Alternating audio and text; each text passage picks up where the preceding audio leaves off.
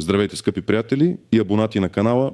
Днес ще говорим по една изключително важна и тревожна тема, която засяга хиляди пенсионери в България. Тема, която може да ви коства не само спокойствието, но и част от трудно спечелените пари. Започна ли вече да звучи страшно? Има защо. Затова останете с мен до края, защото информацията, която ще чуете сега, е критично важна и може да промени ситуацията ви. Няма време за губене, така че веднага се абонирайте за канала, ако още не сте го направили, и натиснете бутона за харесване, за да достигне това видео, доколкото се може повече хора. Основното ядро на проблема: през последната година множество хора бяха изправени пред шокиращата новина, че трябва да върнат допълнителни плащания, които са получили към своите пенсии през предходни периоди. Тази ситуация, която на пръв поглед изглежда като пълен абсурд и несправедливост, всъщност има своите корени в сложни административни и законови разпоредби. Доскоро много пенсионери смятаха, че всяка сума, веднъж изплатена им от държавата, е тяхна по право и е окончателна. Но реалността се оказа доста по-различна. Какво се случи в действителност? През миналата година, а и през годините преди това, бяха въведени различни механизми за подпомагане на пенсионерите, допълнителни суми към пенсиите, компенсации за инфлация, еднократни помощи и други добавки, които често се изплащаха автоматично или въз основа на декларации. Идеята за тези мерки беше да се подобри жизнения стандарт на възрастните хора и да се смекчат ефектите от икономическите промени. Много хора се зарадваха на тези допълнителни средства, разчитаха на тях и ги използваха за покриване на насъщни нужди, лекарства, сметки, храна. Никой не предполагаше, че тези пари един ден може да се наложи да бъдат върнати. Сега обаче, след като са минали месеци, а в някои случаи дори повече от година, администрацията започва мащабни ревизии и преизчисления. При тези проверки се установяват различни грешки или несъответствия, които водят до извода, че някои пенсионери са получили повече пари, отколкото им се полагат по закон. И ето тук идва шокиращата част. Държавните институции в лицето на Националния осигурителен институт изпращат писма или уведомяват устно пенсионерите, че трябва да върнат тези надплатени суми. Защо се случва това? Причините са много и разнообразни. Една от най-честите е свързана с промени в доходите или имущественото състояние на пенсионера, които не са били своевременно декларирани или обработени от администрацията. Например, ако пенсионер е получавал добавка за социална пенсия за старост, която е обвързана с определен праг на доходи, и междувременно е започнал да получава и други доходи от наем, от работа на непълен работен ден, от чужбина, без да уведоми за това НОИ. Друга честа причина са чисто административни грешки, неправилни изчисления от страна на служители, дублиране на плащания или грешно приложени нормативни актове. Има случаи и на временни добавки, които са били удължени по погрешка или не са били спрени на време. Независимо от причината, резултатът е един и същ. Възниква задължение за връщане на пари, които вече са похарчени и за които мнозина са забравили. Това поставя хората в изключително неприятна и стресова ситуация. Първа основна част – подробен анализ, какво трябва да знаете, кой трябва да се тревожи и кой не. Нека да разгледаме в детайли кои са основните фактори, които могат да доведат до подобни ситуации и как да разберете дали и вие сте в рисковата група. Важно е да разберете, че не всеки пенсионер е застрашен, но ако сте получавали допълнителни суми или имате някакви промени в статуса си, трябва да бъдете на щрек. Кой трябва да се тревожи? На първо място трябва да се тревожат тези от вас, които са получавали каквито и да е допълнителни плащания към основната си пенсия през последната 1 или 2 години.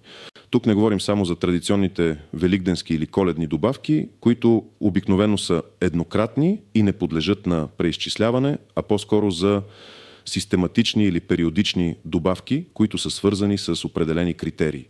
Пример номер 1. Пенсионер с ниски доходи, получил социална пенсия за старост и допълнителна социална добавка, да приемем баба Елена на 78 години. Тя получава минимална пенсия за стаж и възраст, която е под прага за бедност.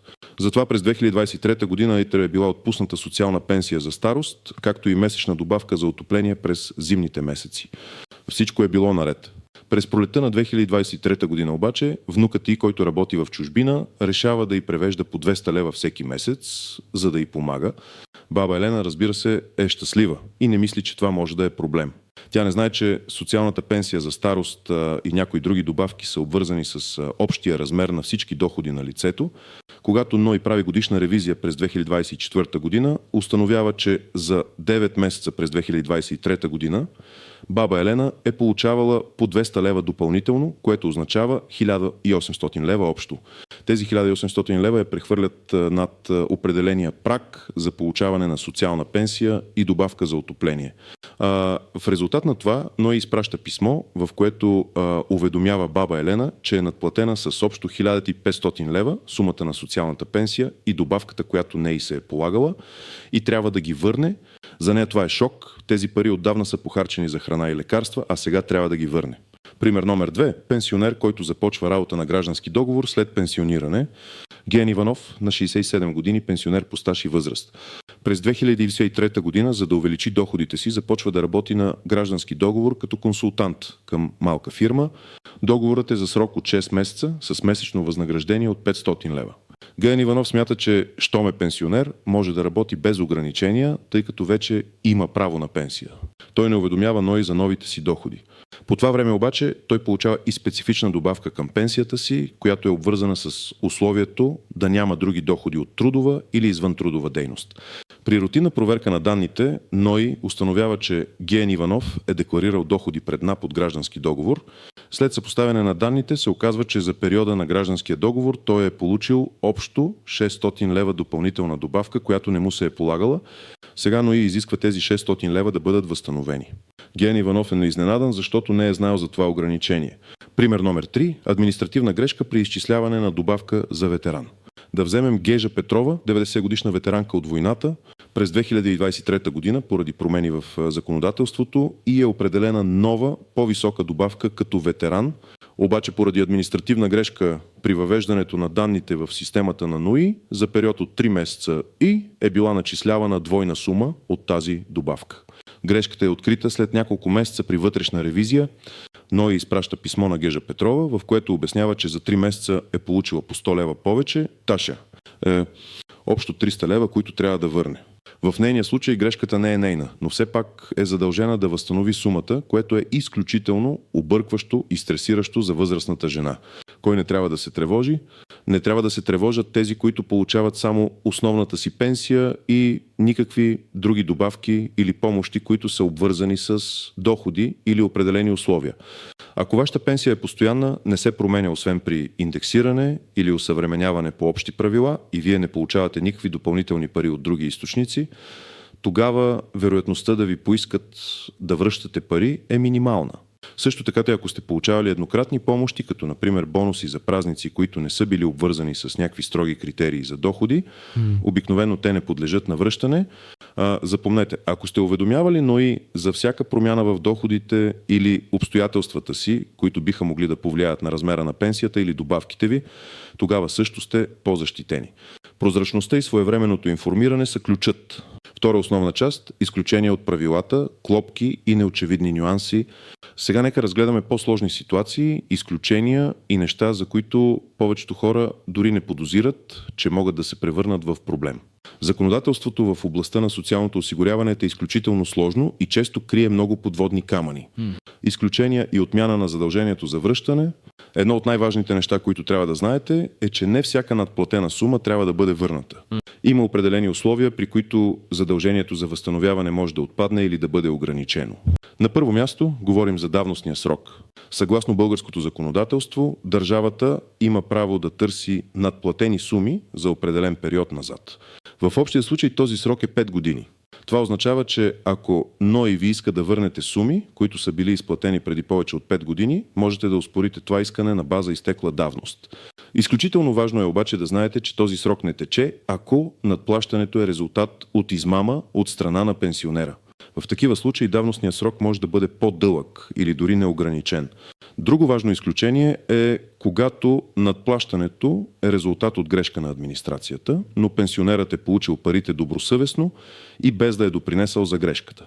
Тук юристите говорят за добросъвестно получаване.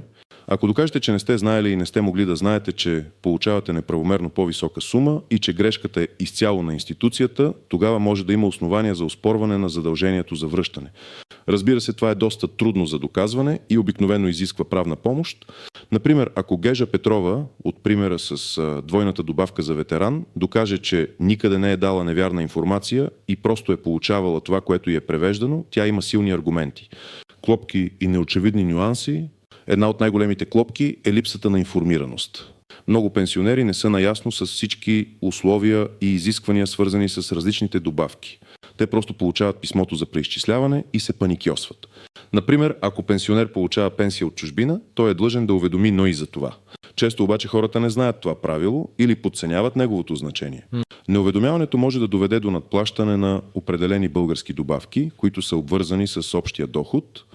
Когато НОИ получи информация от чуждестранни осигурителни институции чрез международни спогодби и установи това несъответствие, задължението за връщане възниква с задна дата, често с начислени лихви.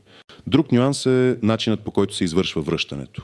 Но има право да прихваща надплатените суми от бъдещи пенсионни плащания.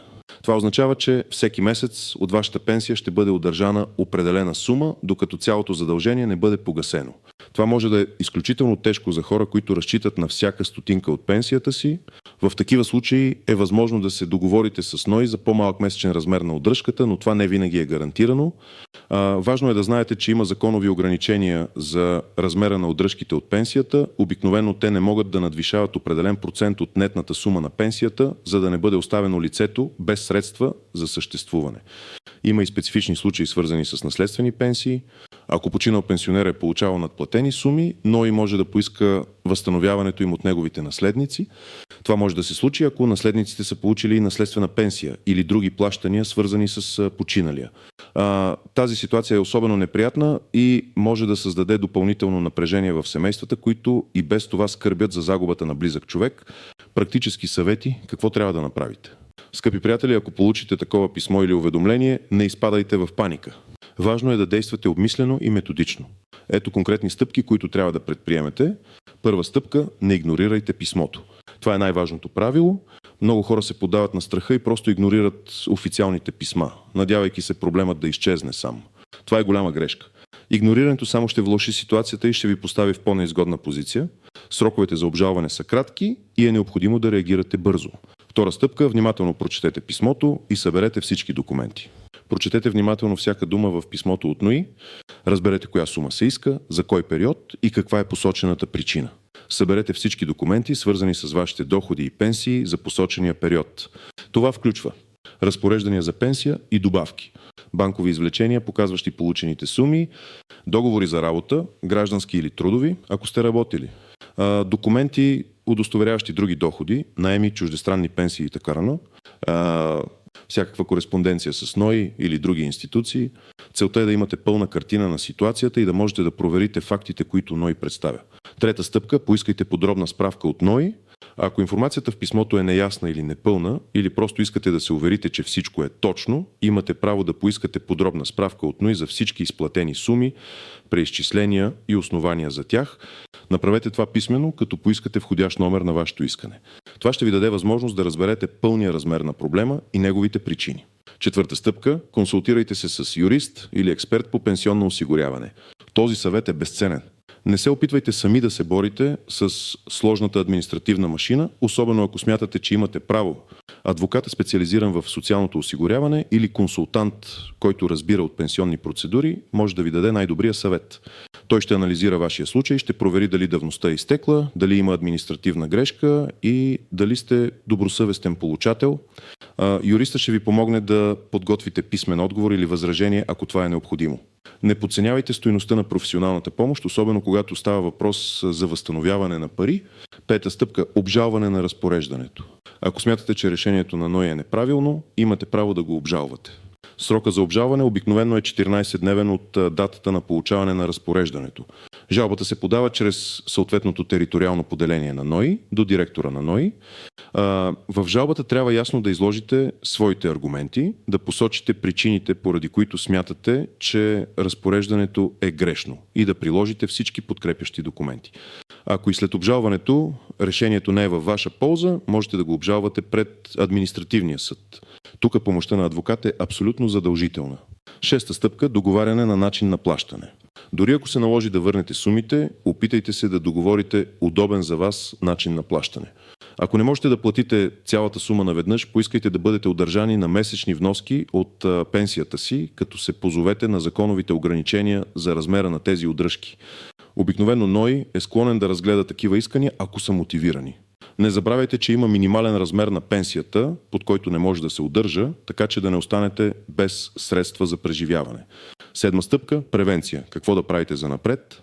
За да избегнете подобни неприятности в бъдеще, винаги уведомявайте НОИ своевременно за всякакви промени във вашите доходи или обстоятелства, които могат да повлияят на размера на пенсията или добавките ви. Това включва започване на работа, дори на граждански договор, получаване на наеми, наследства, пенсии от чужбина или други доходи. Дори и да не сте сигурни дали дадена промяна е релевантна, по-добре е да попитате и да уведомите, отколкото да се окажете в ситуация, в която трябва да връщате пари.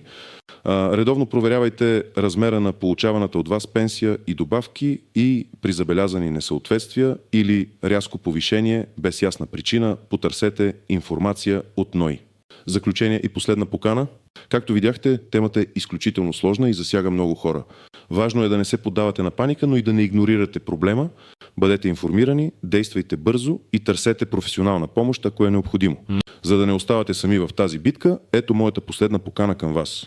Първо, напишете в коментарите какво мислите по този въпрос, дали сте се сблъсквали с подобен проблем или познавате някой, на когото му се е случило. Вашият опит може да бъде изключително полезен за други зрители. Второ, ако информацията във видеото ви беше полезна, моля, харесайте го. Това помага на видеото да достигне до повече хора, които имат нужда от тази информация. И накрая, ако още не сте се абонирали за канала, направете го сега, за да не пропускате бъдещи важни видеа, свързани с вашите права и финансова сигурност. Благодаря ви, че бяхте с мен. Бъдете здрави и информирани.